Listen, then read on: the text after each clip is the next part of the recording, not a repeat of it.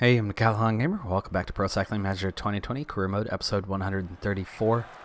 It's the World Championships. We're at the individual time trial, coaching the American squad, and we have Wemple here up first. They have a 78 time trial today, 79, 71 resistance. Chad Haga is just about to set off, but Wemple is also coming up on the finish, so we need to be prepared for that.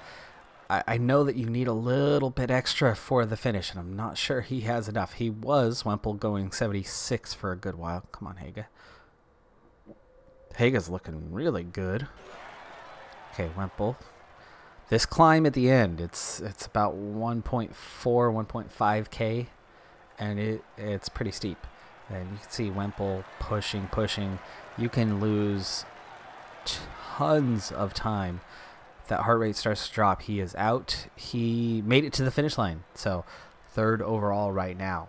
That's how big of a difference that makes. So only 5 riders have crossed the line. But having that little bit left for that last 1.5K is hugely massively important on this very long 50 plus. It's nearly a 60-kilometer time trial. We'll check in on that when Jonathan Berry starts. Berry should be one of the favorites, and yet somehow did not even make the list, the top 10 list, as we were loading in. He's on a +3 race day condition, as this is his big objective of the year because he's got a real shot at it. So very surprised by that simple fact. You can see Hargill's been on the 75 from the start. Wemple started on a 76. I rolled him back about 40% of the way in, but Hargill on the -2 race day condition is just a little bit off pace. Also a little bit lower. He's a 76 time trialist anyway. And so as he comes up to the end, here's that low point is 1.5, and then you're kind of rolling up by about 1.3, 1.4. And he's probably going to run out before the finish line. There he goes. He does run out just before the finish line. 15th, 16th now. So Wemple definitely putting in the better time. But again, race day condition, a 0 versus any sort of negative makes a big difference. So we'll be looking to Barry to see what can you do with a little bit more. Now, I think he has probably made up what he needs. So I think Chad Haga can probably get away with a 76 the rest of the way. You can see he is gaining on Yves Lampart. Wow. Yves Lampart is being caught by Chad Haga right now. Nearly time for Barry to get started. Okay, he's about to set off. He does have the race day condition. 82 is his base.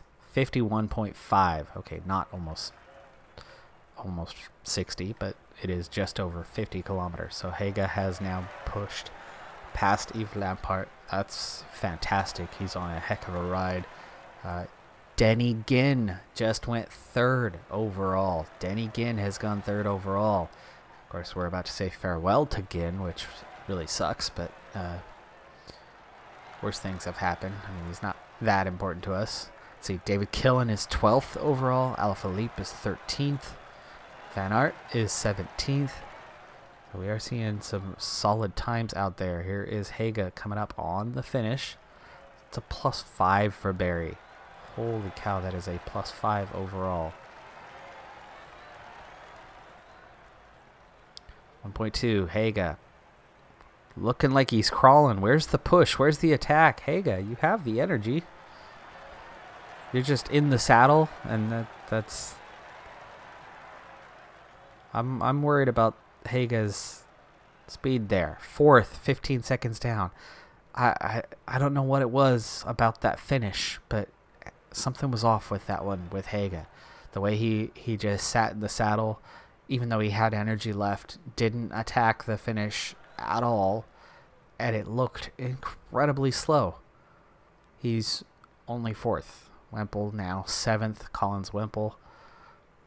It's a new gen rider who's quite young and quite good already. But here is Barry with an 86 time trial today. Didn't even know that was possible, but he's done it. 88 resistance today. There's not much of an excuse here if Barry can't win this thing. Okay, we can start pushing harder for Barry Let's do the 76. Save some for the climb and also speed things up because, well, we're on the flat.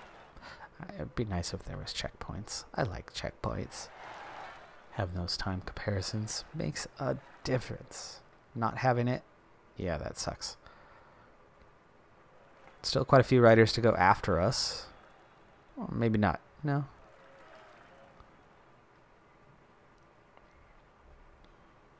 Oh, yeah. Yeah, there are. I don't know. I thought they do natural numbering on this one, but we're wearing the number 11, and I believe Haga was wearing 12, so we're second to last rider. All right, 8 kilometers to go, and Barry looking strong, and we've got that little bit reserved for that final climb. And I think Barry's been really, really turning those pedals. He's putting some watts through there. All right, here we go. Last 2 kilometers. 1K to go. Barry pushing for the end. Wow, he's just And he goes top by a full minute. Full minute clear. Oh, 2 seconds. 2 seconds. So Barry somehow wasn't even on the stinking list of favorites. That was weird. It was really weird. But then just blows the time out of the water and then ends up 2 seconds off the winner. That's crazy. Great result. Not a win, though. Team goes to the U.S. Wow. So 2 seconds behind. But our very own Denny Ginn gets 6th place with a 77 time trial. Nicely done. Nicely done. Killen ended up in 30th. And we are on to the World Championships. It's the Bergen one. This is the last time I rode World Championships. Yeah, I don't do World Championships very often. Last time I did was in my pro cyclist career, and I only ran it once, and it happened to be this race. It happened to be the Bergen race. Also, this happened to be the first World Championships that I actually even got to see live, as it was just never aired in the U.S. I didn't even know it was really a thing until I kept seeing Peter Sagan with a special jersey, and somebody actually explained what that was all about. It was like, oh, so they do that, huh? Interesting. Nice to know. And then a year or two later, they actually finally aired it. So, anyway, I enjoy this course. It's an attack. I didn't know what course it was going to be, but I saw this undulation and thought that, maybe it would come down to a puncher or a climber today. Tried to survive a climb repeatedly over and over and over again. They've got this classified as a sprinter's day. If we make this hard enough, it doesn't have to be a sprinter's day. It could come down to a late break. It could absolutely come down to a late break. And so we're going to have to try to make it that, because the team selected does not include any sprinters. This is mostly punchers and climbers. So at least for the U.S., for their hopes, that's going to have to be how we play this one out. So we will have to control over the last 3 to 4 climbs an aggressive tempo at some point or another, if others are not putting that in. Right now everybody's putting that in, so that's good for us. There's just 2 riders that have gone up the road a minute and a half, and everybody else is battling to pick out who's going to be next. Race day condition is horrendously bad for us. I mean, that is a whole lot of minus, and none of the riders were predicted to have anything minus, so really bad luck. The weather looks great, so that's not an excuse. No idea why we've taken such a poor condition into this race, but there it is. You deal with it, you move on. Now, who is punchy? That's going to really matter to get away as we kind of go into our first circuit. You can already see the undulation That's for real. We're not even on the climb yet.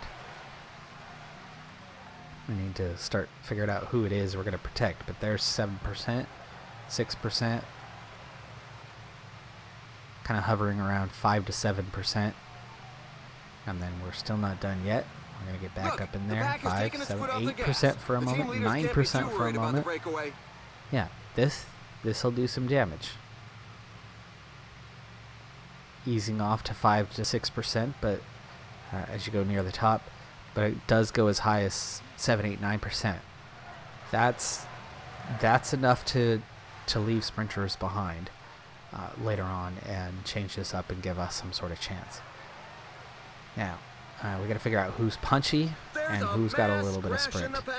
Simmons has probably the best shot, to be honest. Sleeper, terrible condition. Hargill's not going to be helpful. Let's go ahead and protect Simmons. Paulus is okay and can climb very well, so Sleeper will probably use Sleeper up because they've got that really bad condition. Dana, not fast enough and could protect somebody who is faster. Koos should be capable, but not with that condition. Vermark, even though he's got the -2, he's still got the fitness, and he's looking much, much better than most. So we'll protect him. There's Wemple again, who is not a sprinter at all. So of these two, anything, something? Not really either. Anybody back here? I guess back on Sleeper again? Do we want to risk with Sleeper? No, they're just not a good enough climber, not the way we're going to set this thing up, so guess we'll protect Sepp Kuss for the other one. Alright, second lap, still just the 2 riders, 3-minute gap. I like that it's just the 2 riders because that takes away the threat of the breakaway. Now we're going to speed things along for a little while here. 200 kilometers still to go, so we've got a ways. We have got a ways yet to go. Let's see, timing out the water, we want 180. 180 as our first part of that sequence. And then we will get somebody like Sleeper on that task. Okay, 180, yeah, good enough. We don't have the entire team going back for that. Sleeper can get on that. We're about to hit that climb though. He gets up there and takes care of it. Good. And we're into that sequence, into that window of 60, 60, 60. So we don't have to do water 3 times. And then just cruise mode for a while. We don't need to turn it on yet.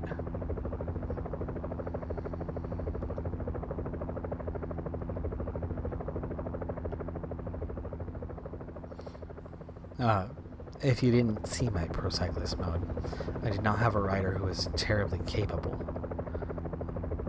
But over the top of that climb, I attacked, went clear, and won the World Championships. I got the rainbow bands with a rider who was 74, 75 overall. It was all.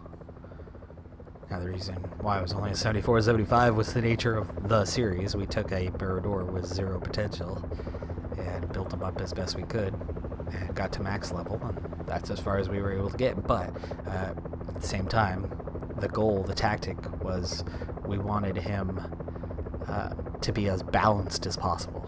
So we took every single attribute and we always upgraded the lowest attribute. So basically we created the worst rider that you could create as an experiment, see how it went. We did pull off wins every once in a while, but we were never capable of a whole lot. Alright, 95k to go. I think we'll think about turning things on around the 60k mark. We are going to need to start turning things on for these guys though. Set that up to an 80 now. Make sure they stay near the front. Gap's down to 2 minutes on the front 2 riders. Definitely closing them down. We're down to those 4 laps to go. That's still 84k. This is not a short lap.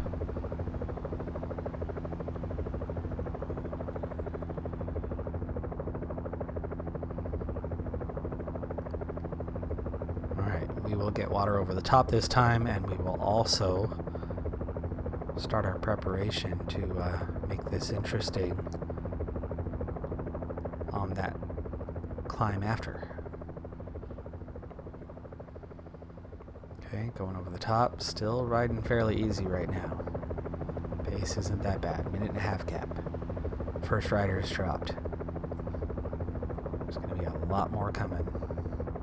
Okay, we're going to get water that final time with Sleeper. Once he gets back to the front, it's going to be on. Not for the entirety, for the climbs.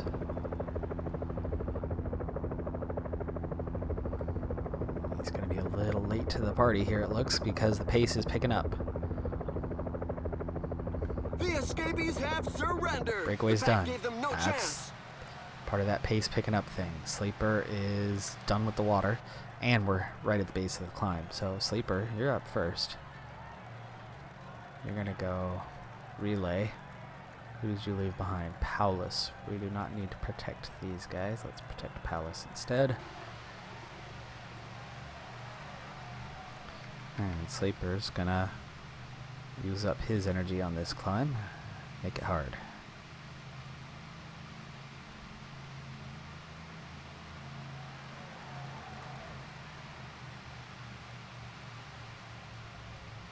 The pace has slowed somewhat. It's perhaps due to fatigue, but I'd bet on some sort of tactical choice.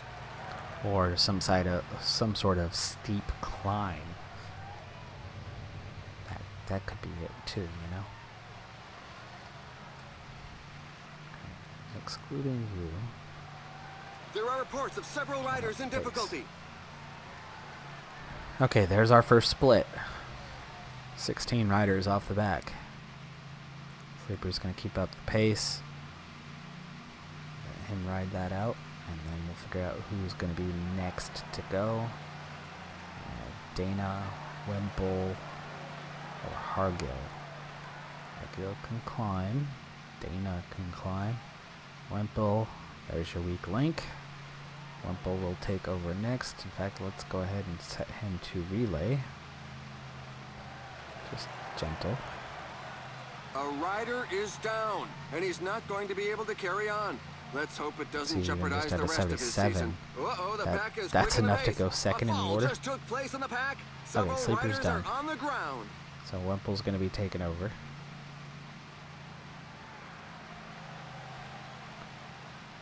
Go ahead and use his gel. A rider has just thrown in the towel.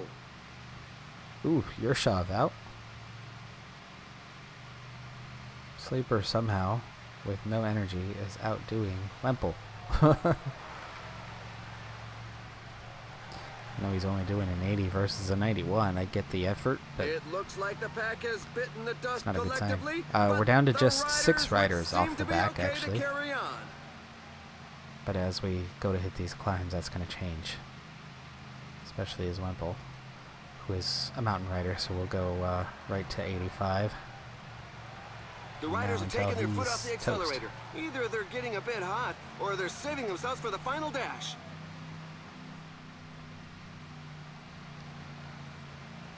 There's only 2 more times through here, so we're seeing an attack, an attempted attack. These guys aren't going to threaten anything. Somehow Wemple ends up off the front. Okay, that's weird. No? Okay, he's back in. Guys are trying to attack. They're just not succeeding at it. Okay, Dana's going to be taken over here in a moment.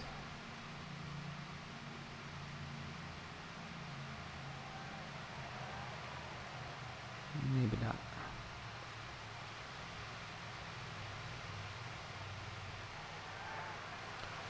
Down to 120 riders. Sleeper was dropped. 119. That's eliminating some sprinters. The riders have upped the pace. Wemple, no longer the only one pushing.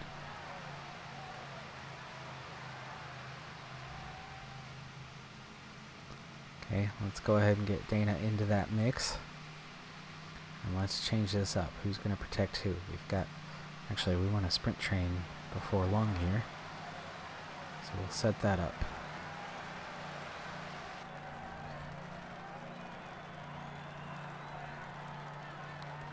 using these 5. Hargill is clearly going to go at the front.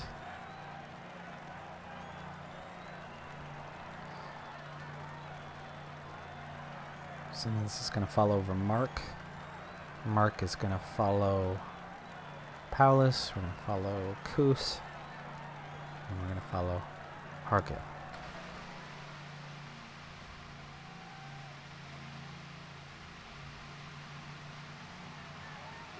Okay, Wempel's done.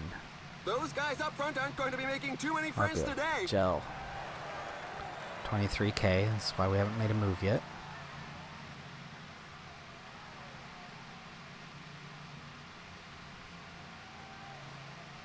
Okay, 22K, but we got to think about when the climb is, because that's where we really need to be making our move. They're moving along at a fair lick. You've just got to hang on.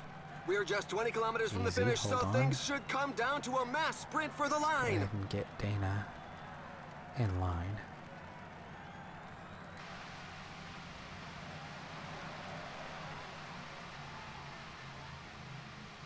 All right, we just about want to be getting into position. Dana's going to need to gel up. Minute is off.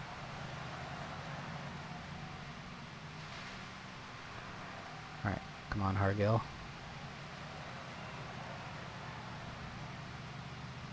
The little promenade is Here's over. where the action group begins. has been overhauled.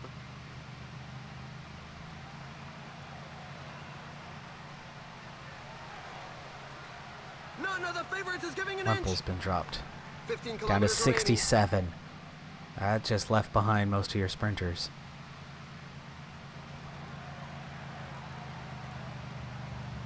$14K to go. And we're starting to ride clear. remaining. The tempo has slowed down. Something might be cooking. Down to 57. Dana's done. On to Sepp Kuss. Oh my! I can see her rider on the tarmac. Thank goodness he looks fit to get back in the race.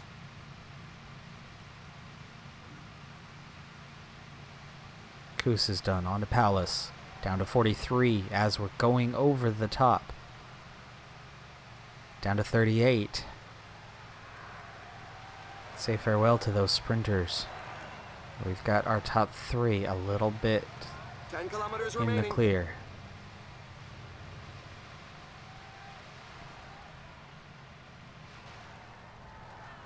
Oh, Dana got dropped. Are positioning themselves That got up weird front. for a second. It'll probably be a mass sprint finish.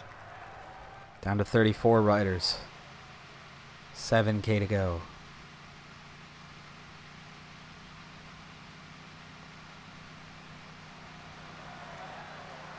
Down to 31 riders.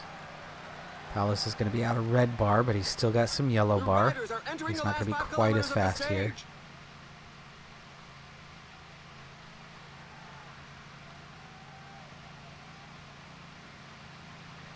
All right, for Mark, it's going to take over. Paulus try to get onto the back of this thing. 2K to go. There we go. And The it's sprint is technical on. for The Mark, riders are setting starting the themselves sprint, up. setting up Simmons. Falling Simmons behind. going for the 2 win. meters Can falling he hang behind. on? That's Alaphilippe, I think. He managed the sprint like a Oh. master of his craft. He was certainly the It was fastest not, it was today. Italy. Mastroselli. I thought Simmons had it. That was so close. We get second in both races. And meanwhile, for Mark, sets it up perfectly, takes 17. We're waiting for the tail enders who Paulus took continue 10th. to arrive. Just following along.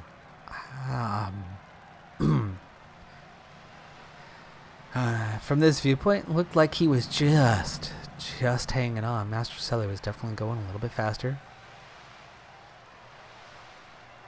Simmons has good acceleration, but not a good sprint.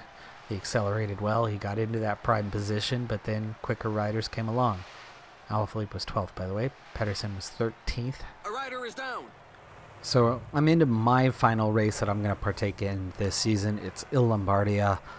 I did bring a good team to this one just to see what we can do. But due to time constraints with the World Championships, and I want to show where we finish in the rankings this season, in order to get all of that in within the episode, I'm going to have to just forcefully play this quickly which means I could make mistakes. Okay, might not be perfect.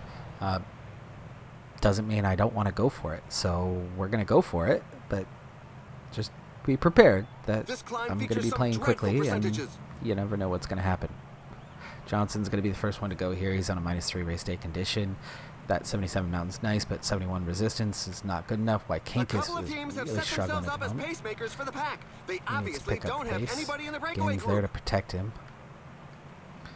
Caught behind a slower rider is not helping when you are already a slower rider. Oh, gosh, that does not help either.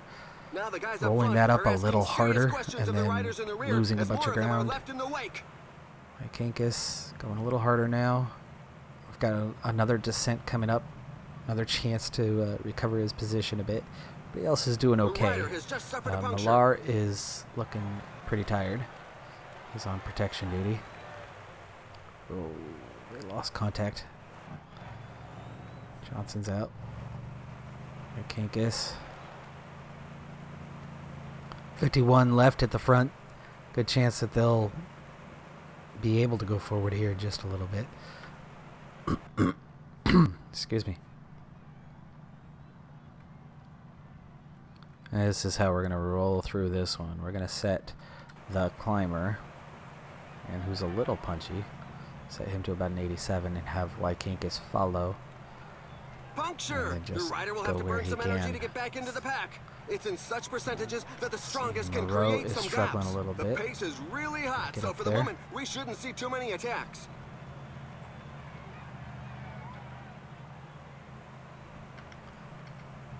Amazingly, Vermark is doing quite well for himself today. Rodriguez is riding solo right now. Why don't we use him to protect Vermark?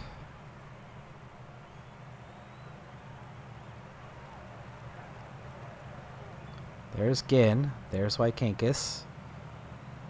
And here is now a fading Millar. So Millar is gone last for us. There's Moreau. Why don't we set this up, because Ginn is going to be out quite soon. So we're going to have you follow Moreau, and Ginn kind of just sit on.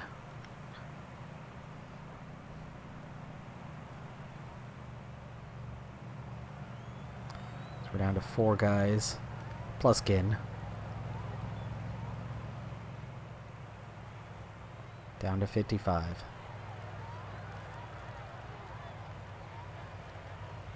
We're seeing some separation, potentially.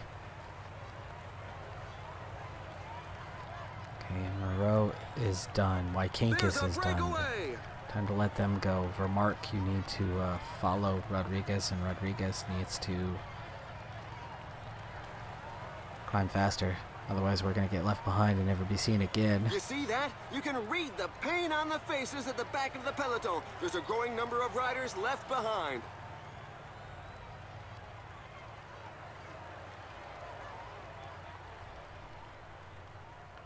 Nearly to the top. Don't drop for Mark. Don't drop for Mark. Don't.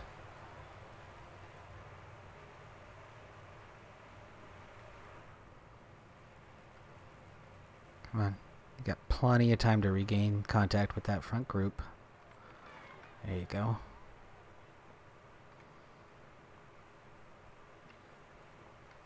Okay, we are with Cosnefroid and Pogacar. Wow. Okay, we are definitely not at the front group. Simon Yates, Ben O'Connor, Gaudu, Oliveira, and then 10 riders at the front. So we're just behind that. We are getting our recovery right now. Let's go ahead and participate in the chase. Let's go ahead and have Vermark grab the water. And then these guys are all here together in a chase group of 16. I wouldn't mind seeing them get back up there. But they are a minute and a half back where they're at. We are 2:26 down. There we go. There's the water part taken care of. Pogacar and Rodriguez doing all the work. Vermark, just sit on, please. And then we'll let these 3 guys now Cosnefroid also helping. Lockheed is just riding along. Vermark is just riding along. But that's the advantage of having somebody in the chase. We're still at 230 behind. And it looks like O'Connor and Yates are going to come back to us soon, and Oliveira, which means we'll be the chase group chasing the front group. And I like our chances better the larger our group gets.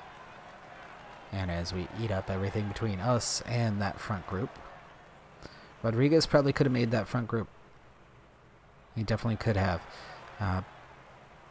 But then the what do you have? is a bit too docile for some What riders happens who then? are looking to create a breakaway. The riders are in a portion above 10%. Cosnefroid, a team leader is falling Pogačar behind. are attacking. How is that a gap? There's half a bike length.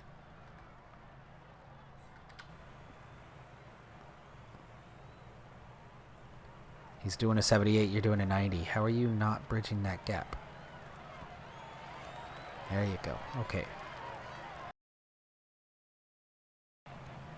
Rodriguez should be able to climb this thing pretty well. Gaudu. And then we come back to this group. And it's a swift acceleration Conrad. by Maximilian Schachmann. Okay, we recover to those guys. We're about to hit the top on this one, so it's 9 chasing 9. Of the stage. Well, 10 technically. And now it's 3 chasing 10. Lockheed, the only one with us, because he was the one conserving energy along with Vermark. Let Lockheed do the work for a moment, because we need to recover some energy before we go into that last climb. To the finish line. 2:15. I'm not sure we're going to be able to cover that kind of distance. 10K to go. Rodriguez is going to have to go back into working, especially if we're going to keep that group behind at bay. Okay, they caught the front rider, and they're all back together. That's 10, but they're 3 minutes ahead because they're already attacking.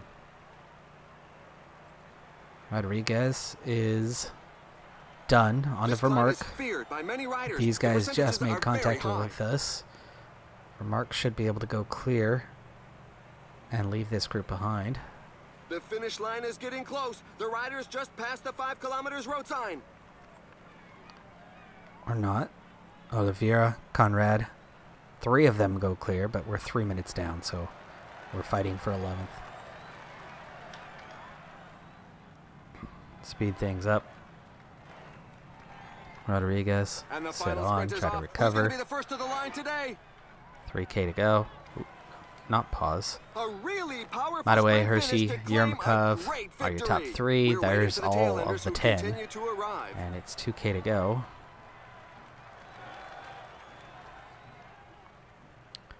Ease forward, 1K to go, sprint it out. Can we even get 11th? No, Vermark's just not fast enough. Oliveira's just a little bit faster on the sprint. 12th place. A little late to the line for Rodriguez, but he's not much of a sprinter either. 17th. Time for that season wrap. Markets closed. Sivikov going to CCC. Bridensholt, who we were looking at. Development team Sunweb. Ilya Fenn, also another one that I've looked at many times. Novo Nordisk for them. Bolognino to EF Pro Cycling. Bloom Levy to Bora Hansgrohe. Final index. We are 14th. And the reason for that, we moved up a bit after Wykankis about 2 weeks ago, maybe 3 weeks ago. Leveled up. He is now a 78. He actually moved above Kevin Vermark in terms of tenths of a point.